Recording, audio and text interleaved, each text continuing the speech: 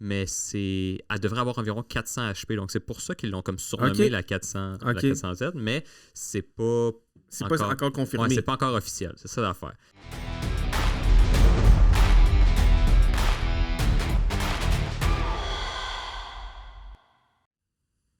Bonjour Alexis. Salut Francis. Ça va bien? Oui, toi? Oui, merci. Aujourd'hui, c'est une journée triste et heureuse en même temps. C'est officiellement la dernière fois et le dernier podcast qu'on tourne dans ce studio-là. Mm-hmm. Et c'est aussi la dernière fois qu'on entend la musique d'intro parce que Félix va changer un peu l'intro dans notre nouveau studio pour les prochains podcasts. C'est quel épisode, celle-là? 29? Oui, 29. OK. Fait que l'épisode 29, c'est officiellement la dernière épisode qui se tourne dans notre petit studio. À partir de l'épisode 30, on va être dans notre nouveau grand et beau studio pour les prochains épisodes. Pour la dernière épisode, on a décidé de... Pardon? Oui, exactement. Pour le dernier épisode, on a décidé de faire plaisir un peu à Alexis et d'aller avec un sujet plus léger. On va parler d'un véhicule en particulier, faire un beau petit topo sur un nouveau véhicule qui s'en vient sur le marché. Puis on va parler un peu de ça. Je le connais un peu moins. J'ai eu ce véhicule-là, mais dans ses prédécesseurs, mais je connais pas tant ce véhicule-là, fait que je vais te laisser aller un peu là-dessus. On parle aujourd'hui de la Nissan 400Z. Oui, qui est un véhicule qui n'est pas encore sorti, qui devrait sortir, c'est le modèle 2022, fait qu'il devrait sortir vraiment bientôt, là, vers la fin de l'été probablement, puis arriver dans les concessionnaires Nissan. 400Z, c'est son nom qu'on pense qu'elle va s'appeler, parce que c'est pas encore certain. Sinon, ça devrait être la Nissan Z, donc un des deux. OK. N'empêche qu'on a quand même hâte de la voir. Je ne sais pas si tu pourrais mettre une image, peut-être Félix, parce que je suis sûr que les spectateurs aussi ont envie de la voir. J'ai pensé à ce sujet-là parce que je l'ai vu là, ça fait quelques jours au moment où on tourne, mais quand elle va sortir, ça va faire quelques semaines. Fait qu'il y a quelques semaines, elle a été vue dans un Cars and Coffee aux États-Unis. Donc, un employé de Nissan qui a eu le droit de sortir avec pour aller un peu la présenter. Tu sais, ça fait partie du marketing, là, ça fait partie de teaser un peu la voiture, puis faire construire la hype pour la voiture. Donc, parce qu'en fait, c'est un modèle de production qui a été présenté, là. C'est plus un prototype. Ben, c'est un prototype, mais comme hyper final. J'ai regardé la vidéo, puis il disait justement que elle devrait super ressembler à ça. Tu sais, peut-être 2-3 choses différentes, mais je veux dire, ils vont pas complètement... Ouais, là, elle a une drôle de shape, là. C'est plus comme ça. Ouais, ça, c'est le derrière. Moi, ça, c'est cette partie-là que j'adore le plus de la voiture. Elle a un peu un côté années 90. Fair Lady Z, ouais, exact. Elle a vraiment... c'est vraiment une voiture, dans le fond, qui a été faite pour les fans de voitures un peu plus des années 90 japonaises. Puis on le voit un peu au look. Tu sais, c'est rien d'extravagant, c'est rien des courbes qui partent partout. Ils ont pas essayé de rendre ça trop futuriste ou moderne ou out complètement champ gauche. Un peu un exemple là, qu'on se donne quand même assez souvent, le Cybertruck, là, qui est complètement comme out of the box. Ils ont gardé un peu l'essence de Nissan. Ouais. Pour connaître un peu dans le temps les plus vieux véhicules, que ce soit 240 SX justement ou 280 SX, puis après ça, on a eu la 300 ZX. Ouais. Après ça, il y a eu une 350Z. Puis après ça, il y a eu la 370Z. Ouais, qui est là depuis genre 13 ans déjà. Ouais, exact. Vraiment... Puis on voit vraiment l'essence de un mix, dans le fond, avec des vieux véhicules 240, 280, même avant ça. Là, il y avait je pense qu'il y avait le 180 SX qui existait dans le temps aussi. Je les avais écrits. Ah, tu les as écrits? Ouais, oui, tu les as. OK, je vais te laisser le le mentionner plus tard. Ben, on peut les mentionner tout de suite. Ouais, si tu veux. La Z, parce que dans le fond, eux, comment ça fonctionne, c'est qu'ils n'ont jamais eu comme deux modèles en même temps. Ça a toujours été un modèle qui remplaçait l'autre. Okay. Fait que ça a commencé avec la 240Z de 70-73, la 260 juste une année en 74, la 280 en 75 et 78. Ça, c'est des modèles, je suis pas mal certain qu'on n'a jamais eu ici. Sauf la 240 peut-être. En fait, non, je suis même plus certain. Mais je pense pas c'est parce que là, tu as sorti les Z, mais il y a aussi les SX, me semble. Ouais, mais c'est tout un peu la même. OK, c'est juste un genre de sous-modèle, dans le fond. Tu sais, des fois, ils ont des noms différents dans certains pays. Là, fait que au continent, ils changent. Ouais, je comprends. OK. Là, après ça, on rentre dans ceux qu'on connaît peut-être un peu plus, la 280 ZX de 79 à 83, la 300 ZX qui ressemble vraiment beaucoup au derrière de celle-là. Le derrière ressemble vraiment beaucoup. 300 ZX, pour le plaisir, les headlights sont les mêmes que les Bugatti. Okay. Je ne sais pas si vous saviez ça. Je savais pas ça. Les headlights des 300 ZX sont vraiment les mêmes que les Bugatti. Je me souviens même plus du nom de Bugatti, là, mais c'est un modèle qu'on n'a quasiment jamais vu non plus. Il y a eu deux modèles 300 ZX, donc de 90 à 96 aussi. la 350Z, qui est un des... Je pense que c'est là que ça commence vraiment comme à plus marcher, en tout cas ici en Amérique du Nord, de 2003 à 2009, et la 300ZX de 2009 à 2020. 370Z, ouais, OK. Je me suis même pas non, dit la bonne il n'y a affaire. pas de trouble. Ça, c'est celle que tu as eue, je pense? Moi, j'ai eu un 350Z 2004. OK. Quelle couleur? C'était une Nismo, fait que dans le fond, elle était grise avec l'intérieur orange, là. Ouais. Puis c'est ça. Ah ouais? Nice. Fait que ouais, j'ai eu ça dans mon jeune temps. Dans ton jeune temps. Mais les 350Z et les 370, il n'y avait pas une grande différence. C'était plus au niveau, je pense, esthétique, là. La 370, elle avait certains attributs esthétiques un petit peu plus modernes. Elle était plus ronde aussi. Ouais, moi, j'ai toujours préféré les 350Z. Moi aussi. Puis on s'entend que dans la majorité de... Ben, pas la majorité, mais dans la 350Z, il y a un moteur qui est mythique, là, en fait, qui est vraiment... un des meilleurs moteurs. Si on regarde le top 10 des moteurs dans le monde pendant plusieurs années, je ne sais pas où est-ce qu'il se situe exactement dans le top 10, mais je pense même qu'il était dans le top 5. On parle du VQ35, le fameux 3.5 qui est utilisé dans plusieurs véhicules Nissan, dont le Murano, puis aussi utilisé dans énormément de véhicules d'Infiniti, qui est comme la branche de luxe de Nissan, en fait. Là.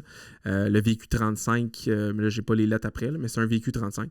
C'est un très, très bon moteur. Puis ils ont été aussi beaucoup reconnus pour la sonorisation d'origine des Nissan 350Z et 370. Le son qui sort de ce type de véhicule-là est aussi pour les Infiniti, que ce soit... je sais pas les noms, là, mais FX35 ou G37, G35, là, exact. Bon, mais ces moteurs-là, en fait, avec le système d'échappement, ont un son particulier qui est très intéressant puis qui est très cool. J'ai pas encore entendu la 400Z, mais j'ai hâte de voir comment ils vont se positionner au niveau de la sonorisation, qui est encore assez importante pour le consommateur, comment que le véhicule sonne. Oui, c'est le fun que tu parles du moteur 3.5, parce que dans fait, c'est de là que vient le nom. 350, c'est le 3.5, 370, c'est le 3.7. Exactement. C'est pour ça que le 400, c'est pas un 4 litres, mais elle devrait avoir environ 400 HP. Donc, c'est pour ça qu'ils l'ont comme surnommé la 400Z, mais c'est pas...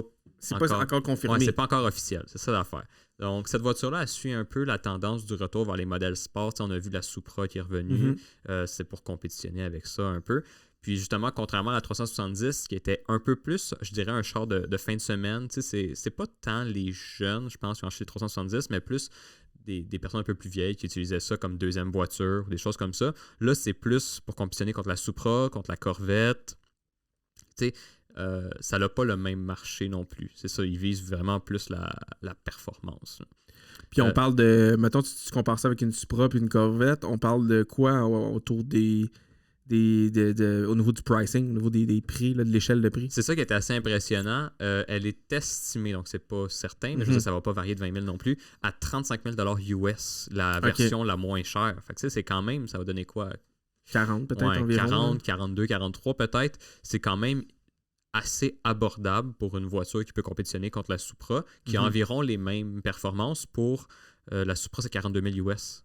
C'est quand même, mettons, 50 000. C'est quand même une différence de 7 000 US pour une voiture qui a environ la même chose. De véhicule. C'est sûr que c'est peut-être pas aussi mythique la 400Z que la Supra pour certains, mais pour d'autres qui préfèrent aussi Nissan puis qui préfèrent aussi le modèle qui était, mettons, le 350, 370, puis même le petit rappel au 300ZX avec le derrière du véhicule.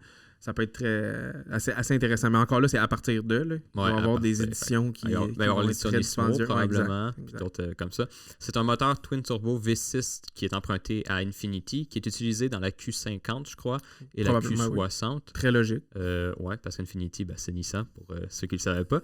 Puis, là, je ne l'ai pas noté, mais je me souviens d'avoir lu ça, que la transmission automatique était empruntée à Mercedes. Donc ça, c'est peut-être à prendre avec des pincées de sel, mais...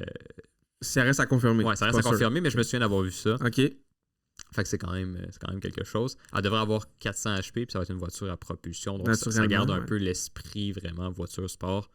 Elle est faite sur la plateforme de la 370Z, mais vraiment modifiée. Donc ils n'ont pas créé une toute nouvelle plateforme. Ils ont repris la plateforme de la 370, mais ils l'ont modifiée vraiment beaucoup pour...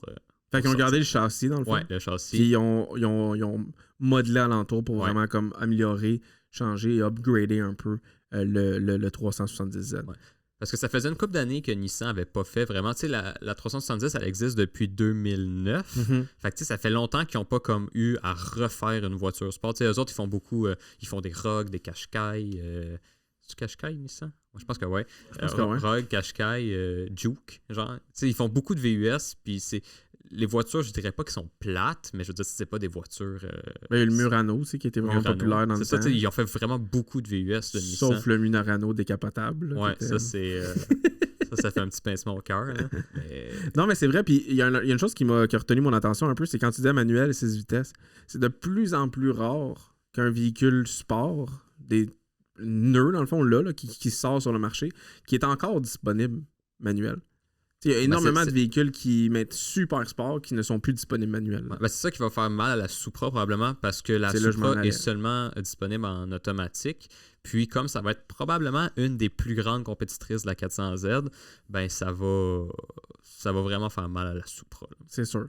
Puis le look est incroyable. Fait que j'imagine que ça va vraiment... Surtout le look, la puissance est là, le prix est là, l'entité, ou comme tu dis, l'essence, l'esprit d'un vrai véhicule Nissan Sport. Ouais, une vraie Z. Est présent. Exactement, une vraie Z. Fait que oui, c'est un très, très, très beau véhicule. Puis là, on voit pas l'intérieur, mais l'intérieur aussi, il a été pensé pour être quand même assez simpliste. Ça va être un écran touch. Ça va être comme la plupart des voitures maintenant. Mais tu sais, c'est pas avec des trucs vraiment... Tu sais, c'est quand même assez simple. Ça garde l'essence un peu d'une voiture sport, puis ça a l'air d'être dirigé un peu vers le conducteur. C'est une voiture vraiment qui va être plus pensée pour le conducteur que pour les autres. Puis c'est seulement 2 portes aussi. Il y a l'essentiel. C'est seulement 2 places? Oui. Il y a l'essentiel de ce qu'on parle, mettons, au niveau cadran, au niveau entertainment system, là, tout ce qui est radio et tout. Mais ça semble pas être too much non plus. C'est ça, c'est pas exagéré. Il y a pas des écrans partout. Il y a pas tout ce que tu as besoin. C'est ça. Puis là, mettons, tu reviens dans une vraie image, là, à place de... Parce que là, je pense que Félix est parti en transe avec 1 million d'images. Parce que c'est difficile de trouver vraiment des images officielles comme elle n'est pas encore sortie. Mais là, ça semble être une bonne des vraies images. Je sais pas si ça va être ça dans tous les modèles puis que c'est de base, mais j'aime bien l'aspect sport qui ont ajouté les beaux petits cadrans pour sûrement la pression d'huile puis quelques petites affaires un peu moins qu'on regarde, qu'on n'a pas vraiment besoin de regarder dans des véhicules normaux de tous les jours. Mais ça fait un petit aspect, exact, ça fait un petit aspect sport qui est intéressant. Puis il doit avoir le petit fameux red light quand il faut que tu chiffres, qui doit apparaître à quelque part, qui ont dû intégrer un peu dans la console de bord. Mais ouais, j'aime bien ça. Comme tu dis, c'est simpliste, il n'y a pas trop de boutons. Des fois, tu arrives dans des véhicules, ça n'a aucun sens, le nombre d'électronique, le nombre de boutons qui peut être disponible. Mais c'est ça. Je pense que c'est une voiture qui va bien marcher pour les gens. Ben là, ça fait une couple de fois que je dis ça, mais c'est parce que c'est comme ça que ça marche. C'est surtout pour les gens qui étaient peut-être dans les années 90, qui aimaient les voitures sport, qui ne pouvaient pas se le permettre. Puis là, maintenant, ils ont un peu d'argent, donc ils peuvent se le permettre. Mais aussi pour des gens un peu comme moi, peut-être pas tout de suite, mais peut-être, mettons, dans quelques années, je pourrais peut-être vouloir acheter cette voiture-là parce que c'est un peu... C'est comme une voiture des années 90, mais moderne. Exact. Fait que c'est vraiment... Je pense que c'est quelque chose qui va devenir probablement un classique. Je pense que la 370 a un peu manqué son coup.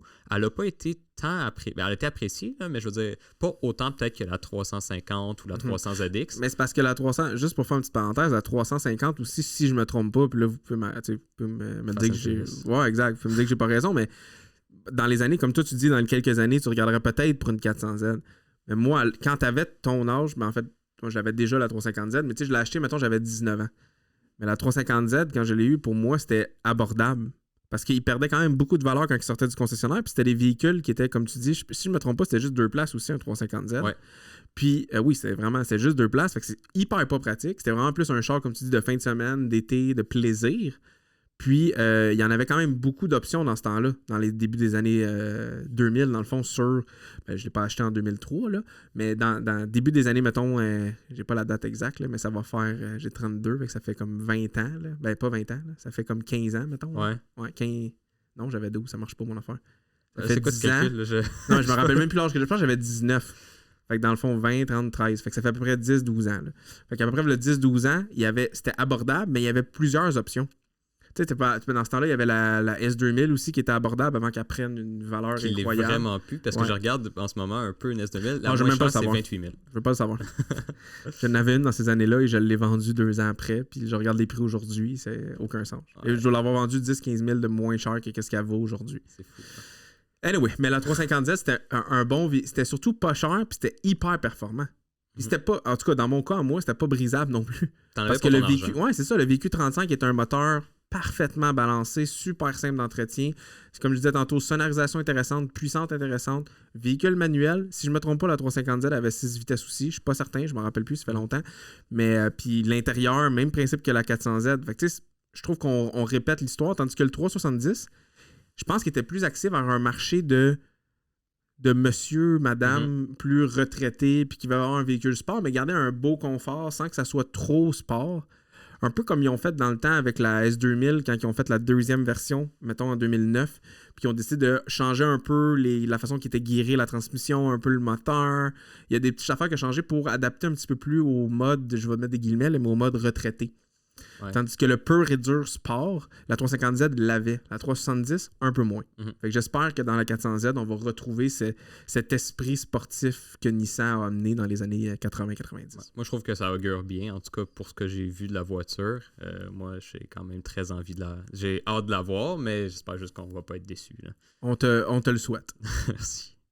Donc, je pense que c'est tout pas mal pour la 400Z. Ouais, fait que merci, Alexis. Je pense qu'en fait, c'est la fin du C'est la fin. Merci à toi. Faut juste pas oublier de mentionner avant qu'on quitte le studio.